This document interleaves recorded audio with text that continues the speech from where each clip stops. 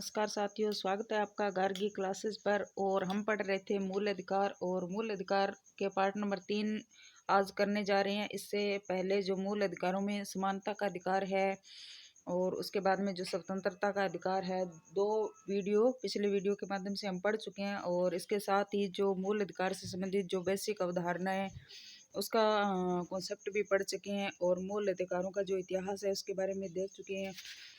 और अगर आपने वो वीडियो नहीं देखे हैं तो उनको वीडियो को ज़रूर देखना। तो आज शुरू करते हैं मूल अधिकार। और मूल अधिकारों से संबंधित जो अगला हमारा जो मूल अधिकार है, मूल अधिकार नंबर 3, और ये संविधान के अनुच्छेद 23 से 24 के बीच है और भाग 3 में ही है।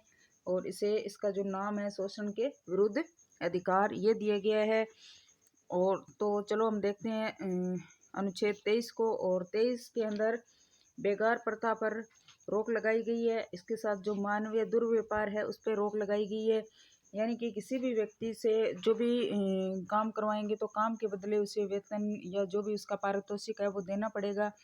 और इसके साथ साथ जो मनुष्य है उनका जो व्यापार है वो नहीं किया जा सकता। और इसी अनुच्छेद के आधार पर जो राजस्थान के अंदर कुछ एक प्रथा है वो चलती थी, जिसको सागड़ी प्रथा या हाली प्रथा के नाम से जाना जाता है। तो उसके ऊपर भी रोक है, वो अनुच्छेद 23 के आधार पर ही लगाई गई है। और इसके अंदर एक बात और लिखी है कि अगर सरकार चाहे, राज्य चाहे, देश के अंदर अगर कोई राज्य अपनी जो राष्ट्रीय हित के अंदर अगर कोई काम करवाएगा तो उसे बेगार प्रथा के अंतर्गत नहीं माना जाएगा। इसके अलावा इसके अंदर जो अगला अनुच्छेद है वो है अनुच्छेद 24। और अनुच्छेद 24 है वो बाल श्रम का निषेध करता है, यानी कि जो 14 वर्ष से कम आयु के बच्चे हैं उनको किसी भी खतरनाक कारखानों के अंदर कार्य के ऊपर पूर्णतः प्रतिबंध लगाया गया है कि उनका जो बालपन है या उनका जो बचपन है वो उसको हनन नहीं होना चाहिए, उनका जो उत्पीड़न है वो नहीं होना चाहिए। तो इसी तरह से 24 के अंदर बाल श्रम का निषेध है। और जो अनुच्छेद 23 था वो बेगार प्रथा से संबंधित था, मनुष्य के दुर्व्यापार से संबंधित था। और इसी तरह से ये जो अधिकार है वो कंप्लीट होता है। इसके अलावा जो अगला अधिकार है वो है धार्मिक स्वतंत्रता का अधिकार। और धार्मिक स्वतंत्रता का अधिकार है वो अनुच्छेद 25, 26, 27 और अनुच्छेद 28, यानी कि इन 4 अनुच्छेदों के अंदर वर्णित है। तो देखते हैं अनुच्छेद 25 है वो किस तरह की जो स्वतंत्रता है वो देता है धर्म के मामले में। तो अनुच्छेद 25 ये कहता है कि प्रत्येक व्यक्ति अपने धर्म को मानने के लिए उसका प्रचार है, उसका प्रसार है, और अपने धर्म के अनुरूप आचरण है वो करने, अंतःकरण की स्वतंत्रता, यानी कि ये उसको स्वतंत्रता है वो दी गई है। जैसे इसके अंदर धर्म के अनुरूप आचरण में जैसे सिख धर्म के लोगों के द्वारा जो कृपाण धारण की जाती है, और अन्य जैसे जैन धर्म के अंदर जो संथारा या सलेखना पद्धति है उसके द्वारा जो त्याग देते हैं, उसके ऊपर भी सुप्रीम कोर्ट ने राजस्थान हाई कोर्ट का एक निर्णय था, उसके ऊपर रोक लगाई हुई है। तो ये उनके जो धर्म से संबंधित आचरण है। और अंतःकरण की स्वतंत्रता, यानी कि मनुष्य अपने अंदर अंतःकरण यानी अपने मन से स्वतंत्र है, वो किसी भी धर्म का पालन करे, उसकी अच्छाइयों को अपनाए, तो ये उस व्यक्ति को स्वतंत्रता है। इसके अलावा इसी धार्मिक स्वतंत्रता के अंतर्गत 3 प्रतिबंध भी लगाए गए हैं। वो प्रतिबंध कौन से हैं? अगर किसी व्यक्ति की धार्मिक स्वतंत्रता के बदले लोक व्यवस्था है उसका हनन हो रहा है, सदाचार को नुकसान हो रहा है, या किसी के स्वास्थ्य को हानि पहुंचा रहा है, तो वो स्वतंत्रता है उसके ऊपर रोक लगाई जाएगी। यानी कि आप अपने धर्म का पालन कर रहे हो तो किसी दूसरे के धर्म का अपमान भी नहीं होनी चाहिए, उससे कोई लोक व्यवस्था है वो भी नहीं बिगड़नी चाहिए। जैसे कई बार कोई ताजिया वगैरह निकाला जाते हैं तो सांप्रदायिक दंगे वगैरह हो जाते हैं, तो उसको लोग जो व्यवस्था होता है, लॉ एंड ऑर्डर होता है, वो उसको नुकसान होता है। तो किसी के स्वास्थ्य और सदाचार की जो भावना होती है उसको नुकसान होता है। तो इन आधारों पर इसके ऊपर रोक भी लगाई जा सकती है। और इसी अनुच्छेद 25 के अंदर एक बात और लिखी हुई है कि हिंदू धर्म से संबंधित जितने भी स्थल है, सार्वजनिक स्थल है या मंदिर है, कोई उपासना का स्थल है, वो सभी वर्गों के लिए खुले रहेंगे। यानी कि पहले जो कुछ लोग होते थे जैसे दलित वर्ग है या उनके लिए कुछ मंदिरों में प्रवेश पर रोक लगा दी जाती थी, या कुछ जो मंदिर होते थे वो स्पेशल कुछ ही लोगों के लिए खुले रहते थे। तो इसके अंदर एक ये मतलब प्रावधान किया गया कि हिंदू धर्म के जो सभी स्थल है वो सभी, और इस हिंदू धर्म का तात्पर्य भी इसमें लिखा गया है कि हिंदू धर्म का मतलब जैन धर्म से भी है, बौद्ध से भी है और सिख से भी है। यानी हिंदू धर्म की परिभाषा के अंदर जैन, बौद्ध और सिख इन तीनों को भी शामिल किया गया है। ये भी हमें ध्यान रखना है। और इसके अलावा एक और प्रावधान है अनुच्छेद 25 में कि धर्म परिवर्तन पर रोक, यानी कोई व्यक्ति आर्थिक प्रलोभन के आधार पर धर्म है वो परिवर्तन करता है, या किसी के बहकावे में आके या कुछ निजी हित के कारण, तो इस तरह का जो धार्मिक परिवर्तन है, धर्म परिवर्तन है, उसके ऊपर रोक लगाई जाएगी। और इसके अलावा जो अगला अनुच्छेद है, अनुच्छेद 26 वो देख लेते हैं। तो इसी के अंदर भी सदाचार, स्वास्थ्य और लोक व्यवस्था, इन तीनों चीज़ों को ध्यान में रखते हुए सभी व्यक्ति है वो अपनी धार्मिक संस्थाओं को स्थापित कर सकते हैं। यानी जैसे धार्मिक संस्थाएं, यानी बहुत सारे जो ट्रस्ट वगैरह बने होते हैं, धार्मिक ट्रस्ट वगैरह होते हैं, और इसके अलावा उन संस्थाओं का प्रबंधन करने, जंगम स्थावर संपत्ति को अर्जित करने और उस संपत्ति का समुचित उपयोग करने के लिए स्वतंत्र है। यानी कि जो धार्मिक संस्था होती है या जो बहुत सारे धर्म के लोग हैं वो बहुत बड़ा जो एक अपना यूँ कहीं का साम्राज्य ही खड़ा कर लेते हैं, तो उस तरह से उनके पास संपत्ति है वो भी करोड़ों रुपए में होती है, तो वो अपनी चल अचल जो संपत्ति है उसको अर्जित करने का उनको अधिकार है।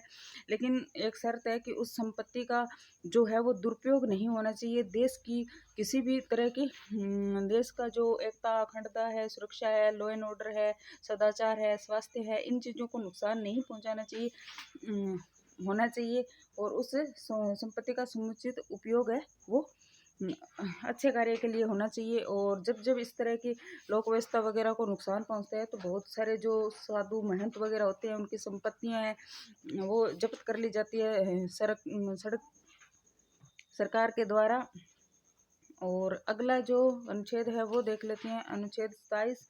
और अनुच्छेद 27 है वो राज्य से संबंधित है, और राज्य को ये प्रावधान करता है कि राज्य किसी भी व्यक्ति को एक धर्म को बढ़ावा देने के लिए, कर देने के लिए बाध्य नहीं कर सकता। यानी एक धर्म को बढ़ावा देने के लिए किसी भी व्यक्ति को कर देने के लिए बाध्य नहीं किया जा सकता। यानी राज्य है, कोई भी सरकार है, तो वो किसी एक धर्म को बढ़ावा देने के लिए किसी भी व्यक्ति के ऊपर कोई टैक्स, धार्मिक टैक्स वगैरह ऐसा नहीं लगाएगा। और सरकार है वो किसी भी धार्मिक संस्था का को अनुदान नहीं देगी, यानी कि कोई भी आर्थिक सहायता, कोई सब्सिडी वगैरह किसी एक धार्मिक संस्था को नहीं देगी। अगर वो अनुदान देती है तो वो सभी जो धार्मिक संस्थाएं हैं उनको ध्यान रखेगी, और या तो देगी नहीं, अगर देगी तो वो सभी को समान रूप से देगी। ये प्रावधान है वो अनुच्छेद 27 में किए गए। इसके अलावा अनुच्छेद जो 28 है वो जो राज्य की जितनी भी जो शिक्षण संस्थाएं हैं उनके लिए प्रावधान करता है कि किसी भी शिक्षण में धार्मिक शिक्षा है वो नहीं दी जाएगी। यानी कि शिक्षण संस्थाओं में धार्मिक शिक्षा के ऊपर रोक लगाता है। भी आप कोई भी स्कूल है जैसे सार्वजनिक या निजी, उसके अंदर किसी एक विशेष धर्म को लेकर ही वहाँ के जो नियम कानून है वो शिक्षा नहीं दी जाएगी। और इसके अलावा आगे हम बात करें तो जो अगला जो मूल अधिकार है वो है शिक्षा व संस्कृति का अधिकार, और ये अनुच्छेद 29 और 30 दो में है। और इसके अंदर जो अल्पसंख्यक वर्ग है, यानी कि उस समय जो मुस्लिम वर्ग था उसी को हम अल्पसंख्यक वर्ग के रूप में जानते हैं, लेकिन जो अल्पसंख्यक है उसकी परिभाषा है वो अभी भी संविधान में कहीं भी नहीं है। और एक अल्पसंख्यकों से संबंधित एक जो समीक्षा आयोग भी बनाया हुआ है, तो उसने भी अल्पसंख्यकों को अभी तक परिभाषित नहीं किया कि अल्पसंख्यक कौन है। संख्या के आधार पर जो कम संख्या है वो है, या धार्मिक आधार पे जो कम संख्या वाले अल्पसंख्यक है। तो लेकिन इसके अंदर लिखा गया है कि सभी अल्पसंख्यकों को अपनी भाषा, लिपि और संस्कृति को बनाए रखने का अधिकार होगा। तो कई बार ये यहाँ से प्रश्न उठ जाता है कि अल्पसंख्यकों को किन 3 चीज़ों के लिए जो अधिकार है वो दिया गया है। तो लिपि, भाषा और संस्कृति, ये तीनों जो शब्द है वो हमें याद रखना है, क्योंकि इसके साथ कोई चौथा शब्द जोड़कर भी प्रश्न है वो बनाया जा सकता है। इसके अलावा जो अगला जो मूल अधिकार है या अनुच्छेद 30, उसके अंदर भी यही भी अल्पसंख्यकों से संबंधित है, क्योंकि अल्पसंख्यकों को शैक्षणिक संस्थाओं की स्थापना करने और उनका प्रबंध करने का अधिकार होगा। यानी कि कोई भी अल्पसंख्यक वर्ग है वो अपनी शिक्षण संस्थाएं हैं वो स्थापित कर सकता है, उनका जो प्रबंध है, रख रखाव है, उनके लिए जो नियम रेगुलेशन है वो बना सकता है। और इसी अनुच्छेद के आधार पर जो मदरसे स्थापित किए गए हैं मुस्लिम धर्म के द्वारा, उसके अंदर इस्लाम धर्म की जो शिक्षा है वो इसी अनुच्छेद है वो पावर देता है मदरसों को कि उसमें इस्लाम की जो शिक्षा है वो दी जा रही है। इसके अलावा जो अगला अनुच्छेद है वो है अनुच्छेद 31, और ये आप सभी को पता है कि संपत्ति से संबंधित, अधिकार से संबंधित था। और वर्तमान में जो संपत्ति का अधिकार है उसको 44वें संविधान संशोधन 1978 के में मोरारजी देसाई की जो सरकार थी उसके द्वारा इसको हटा दिया गया। और इसके अंदर दो जो 31A और 31B, ये दोनों जो पार्ट है इसके अंदर वो बाद में जोड़े गए थे, जिसमें ये लिखा था कि लोक हित में सरकार है वो संपत्ति का अधिग्रहण कर सकती है। यानी किसी व्यक्ति के पास बहुत ज़्यादा संपत्ति है तो सरकार चाहे तो उसको अधिग्रहण कर सकती है, वो भी लोक हित में। उसका जो उद्देश्य है वो लोगों का कल्याण होना चाहिए। इसके अलावा संपत्ति अधिग्रहण करने के लिए बनाए गए कानूनों को न्यायालय में चुनौती नहीं दी जा सकती, ये 31B में लिखा गया और इसको 9वीं अनुसूची में डाल दिया गया। इसके अलावा अगला जो मूल अधिकार है वो है अनुच्छेद 32, और अनुच्छेद 32 है वो है संवैधानिक उपचारों का अधिकार। और इसे B.R. अम्बेडकर ने कहा था, संविधान जो भारतीय संविधान की आत्मा, इसे इसे संवैधानिक उपचारों का अधिकार है वो कहा था। और उन्होंने कहा था कि ये सबसे मैं अच्छा प्रावधान है वो यही मानता हूँ कि इसके अंदर है कि इन मूल अधिकारों को जो लागू करने का अधिकार है वो इसी संविधान के अंतर्गत और अनुच्छेद 32 के अंतर्गत दिया गया है। और इसके तहत जो सुप्रीम कोर्ट है वो 5 प्रकार की जो रिट है वो जारी करता है। यानी किसी भी व्यक्ति का अगर मूल अधिकार है वो हनन होता है तो वो सर्वोच्च न्यायालय की शरण में जाके और जो रिट है वो जारी कर सकता है। तो इसके लिए 5 रिट है वो कौन कौन सी है, तो इसके साथ साथ मैंने जो लैटिन नाम है इन रिट के वो भी लिखे हैं। तो पहली जो रिट है हेबियस कार्पस, इसको बंदी प्रत्यक्षीकरण कहा जाता है और इसका अर्थ होता है सशरीर उपस्थित करना। यानी कि जब किसी भी व्यक्ति को बंदी बनाया जाता है तो उसको अगले 24 घंटे के अंदर मजिस्ट्रेट के सामने 24 घंटे के अंदर उसको उपस्थित करना होता है। और कई बार जो किसी व्यक्ति को बंदी बना लिया जाता है और वो अगर सुप्रीम कोर्ट में मूल अधिकार के कारण अगर रिट दायर करता है तो कोर्ट जो आदेश देता है कि इसे सशरीर उपस्थित किया जाए उसे बंदी प्रत्यक्षीकरण कहते हैं। इसके अलावा जो अगली रिट है वो है मेंडेमस या परमादेश। यानी परमादेश का मतलब होता है हम आदेश देते हैं। यानी कि सुप्रीम कोर्ट है वो किसी भी संस्था को, किसी भी व्यक्ति को जो आदेश देते हैं कि हम आदेश देते हैं कि तुम ऐसा करो, तो वो इससे संबंधित है। इसके अलावा जो आगे दो और है प्रोहिबिशन, इसका तात्पर्य होता है प्रतिषेध, और सर्सियोरी यानी उत्प्रेषण। ये दोनों ही एक ही तरह के मामलों में जारी की जाती है। किसी भी संस्था को अपने, अगर कोई संस्था है वो अपने निर्धारित क्षेत्र से बाहर जाकर अगर कोई काम करती है, यानी कि कोई भी व्यक्ति है उसके अधिकार, एक क्राइटेरिया होता है कि वो यहीं तक कोई कानून है उसको डिस्क्राइब कर सकता है या यहीं तक, लेकिन वो अपनी जो शक्तियों का दुरुपयोग करता है, बाहर जाता है, तो जो सुप्रीम कोर्ट होता है उसे रोक देता है कि रोकने के लिए प्रतिषेध है वो रिट है वो जारी कर दी जाती है। और प्रतिषेध का जो अर्थ होता है मना करना। और इसी तरह से उत्प्रेषण है, उत्प्रेषण कार्य है क्षेत्र का उल्लंघन होने पर कार्य के दौरान। तो उत्प्रेषण है वो कोई अगर कार्य चल रहा है तो उसी समय है वो, जैसे कोई अवैध खनन वगैरह कहीं चल रहा है जिससे किसी के मूल अधिकारों का हनन हो रहा है, तो कोई अगर न्यायालय की शरण में जाता है तो उसे कह दिया जाता है कि यहीं ये कार्य है, यहीं पर रोक दिया जाना चाहिए। और इसी तरह से अगली जो रिट है वो है को वारंटो, और इसी को कहते हैं अधिकार पर्शा। और अधिकार पर्शा का अर्थ होता है किस अधिकार से, यानी कोई व्यक्ति किसी भी सीट के ऊपर या किसी भी पावर का, किसी भी शक्ति का अगर यूज कर रहा है तो सुप्रीम कोर्ट उससे ये पूछ सकते हैं कि आपने ये काम किया है वो किस शक्ति के अधीन किया है, तो ये किसी सार्वजनिक पद पर बैठे व्यक्ति द्वारा निर्धारित योग्यता नहीं होने के बावजूद पद प्राप्त करने तथा उसे हटाने हेतु याचिका जारी की जाती है। इसके अलावा जो अनुच्छेद 32(3) के अंदर है के तहत संसद को शक्ति प्राप्त है कि वह अन्य न्यायालयों को भी मौलिक अधिकारों के उल्लंघन करे तो याचिका दायर करने। तो अभी अनुच्छेद 32 के अंदर जो रिट दायर करने का जो अधिकार है वो केवल और केवल सुप्रीम कोर्ट को ही है। अगर संसद को भी एक शक्ति दी गई है 32(3) के अगर संसद को कभी भी लगेगी जो अन्य न्यायालय या अधीनस्थ न्यायालय है उनको भी अधिकार देना चाहिए कि वो रिट जारी कर सके, तो वो ऐसा कानून बना सकती है। तो ये कानून बनाने की जो शक्ति है वो 32(3) में दी गई है। और इसके अलावा जो अनुच्छेद 226 है उसके अंदर जो हाई कोर्ट है वो भी रिट जारी कर सकते हैं। और इसके बारे में मैं एक बात और बता देती हूँ कि हाई कोर्ट को सुप्रीम कोर्ट से ज़्यादा रिट जारी करने का जो अधिकार है।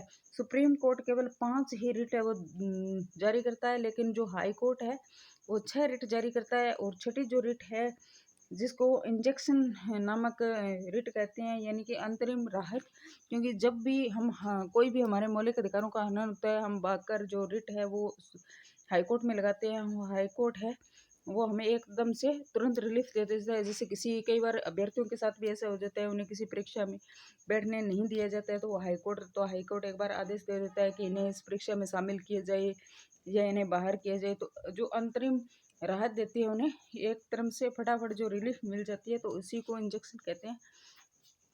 इसके अलावा जो अगला अनुच्छेद है 33, और अनुच्छेद 33 है ये भी, इसके अंदर जो मूल अधिकार है कि संसद कानून बनाकर सेना, लोक व्यवस्था से जुड़े हुए, खुफिया एजेंसी, दूरसंचार से जुड़े हुए लोगों को मौलिक अधिकार कमी कर सकते हैं। यानी कि जो जितने भी मूल अधिकार मिले हैं वो भारत के नागरिकों को मिले हैं, इसके साथ साथ कुछ विदेशियों को भी मिले हैं। और इसके अंदर जो कुछ हमारे देश के अंदर जो कानून व्यवस्था से जुड़े हुए जो लोग हैं, जैसे आर्मी के हो गए, जैसे खुफिया एजेंसी यानी रो वगैरह के जो एजेंट होते हैं वो, और दूर संचार से जुड़े हुए लोग हैं, तो उनको जितने मूल अधिकार एक आम नागरिक को मिलते हैं इतने इन्हें नहीं मिलते। जिस तरह से कि पुलिस है, इनको हड़ताल करने का जो अधिकार है वो नहीं है। इसके अलावा आर्मी के जो लोग हैं उन्हें जितनी व्यक्ति की हमें स्वतंत्रता है उन्हें नहीं है। तो ये संसद को पावर दी गई है कि वो कानून बनाकर सेना से जुड़े, लोक व्यवस्था से जुड़े हुए लोग हैं उनके अधिकारों के अंदर कटौती कर सकते हैं। और ये लोग हैं वो इसे चैलेंज नहीं कर सकते कि हमारे अधिकारों में कटौती है, क्योंकि इसकी जो पावर है वो संविधान खुद संसद को देता है। इसके अलावा जो अगला अनुच्छेद है वो है अनुच्छेद 34। और अनुच्छेद 34 ये कहता है कि यदि देश के अंदर कहीं भी सैन्य शासन या मार्शल लॉ लागू हो जाए तो उस समय जो स्थिति है उसके बारे में बताते हैं कि अगर मार्शल लॉ लागू हो गया, जैसे कोई युद्ध वगैरह की स्थिति होगी या कहीं भी कानून व्यवस्था स्थापित है वो नहीं हो रही, तो वहाँ सैनिक जो शासन है वो लागू कर दिया। तो इस समय अगर किसी भी व्यक्ति के मूल अधिकारों का हनन होता है तो उसकी जो क्षतिपूर्ति है वो सरकार के द्वारा की जा सकती है। उसकी क्षतिपूर्ति के लिए संसद है वो कानून बना सकती है। ये पावर है वो अनुच्छेद 34 में दी गई है। क्योंकि यहाँ से 33-34 से अब तक क्वेश्चन है वो बहुत कम बने हैं, और मुझे लगता है कि आने वाली परीक्षाओं में इन चीज़ों से संबंधित क्वेश्चन है वो बनने की संभावना है। क्योंकि जो इससे पहले वाले जितने भी अनुच्छेद है वहाँ से हर परीक्षा में एक दो जो क्वेश्चन है वो बन रहे हैं, लेकिन जो 33, 34 और 35 है यहाँ से बहुत कम क्वेश्चन बन रहे हैं। तो आने वाली परीक्षाओं में यहाँ से क्वेश्चन जरूर बनेंगे, तो इसको आप अच्छे से पढ़ लेना। अगर आपको वीडियो पसंद आ रहा हो तो वीडियो को लाइक कर देना, चैनल को सब्सक्राइब कर लेना और वीडियो को शेयर कर देना। इसके अलावा जो अंतिम अनुच्छेद है भाग 3 का 12 से 35 तक ये टोटल अनुच्छेद थे मूल अधिकारों से संबंधित। तो इसमें जो 35वां है उसको और देख लेते हैं। तो 35 है वो 16(3), 32(3) और अनुच्छेद 33 के संदर्भ अनुच्छेद 33 और 34 के संदर्भ में विधि बनाने की जो जिम्मेदारी है वो केवल संसद की होगी।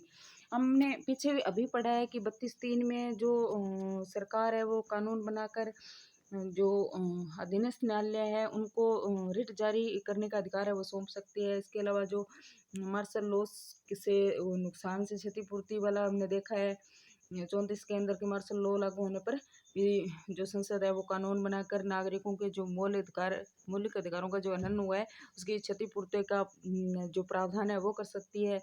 अनुच्छेद 33 में देखा कि जो सेना खुफिया एजेंसियां इन सब से जुड़े हुए कुछ लोग हैं उनके मौलिक अधिकारों में कटौती करने का जो अधिकार है वो भी संसद के पास है, वो कानून बना सकती है। तो ये जो कानून है वो केवल संसद ही बनाएगी, जो राज्य का जो विधानमंडल है वो ये कानून नहीं बनाएंगे। और यही जो बात है वो अनुच्छेद 35 में लिखी हुई है कि जितने भी ये अनुच्छेद हैं मौलिक अधिकारों से संबंधित इन सभी पर जो कानून बनाने का अधिकार है वो केवल और केवल संसद को है। तो आज हमारे जो मूल अधिकार है वो कंप्लीट हो चुके हैं और इसी के अलावा कुछ विधिक अधिकार भी है। समय समय पर संसद ने विधि बनाकर जो देश के नागरिकों को कुछ अधिकार दिए हैं, जिसमें अगर हम बात करें तो जो सूचना का अधिकार है, इसके अलावा अनुच्छेद जो 300 का है उसके अंदर भी व्यक्तियों को जो संपत्ति का अधिकार दिया गया है। इसके अलावा अनुच्छेद जो 326 है तो इसके अंदर सार्वभौमिक वैश्विक मताधिकार का अधिकार दिया गया है कि जो प्रत्येक व्यक्ति जो 18 साल से ऊपर है वो अपना जो मत है वो दे सकता है, लोकतंत्र का जो भागीदार बन सकता है। इसी तरह से कुछ और अन्य जो हमारे अधिकार है वो भी विधिक अधिकारों की श्रेणी में आते हैं, लेकिन जो मूल अधिकार है वो 12 से 35 तक वर्णित है। और वीडियो आपको कैसा लगा कमेंट करके ज़रूर बताना। वीडियो देखने के लिए धन्यवाद।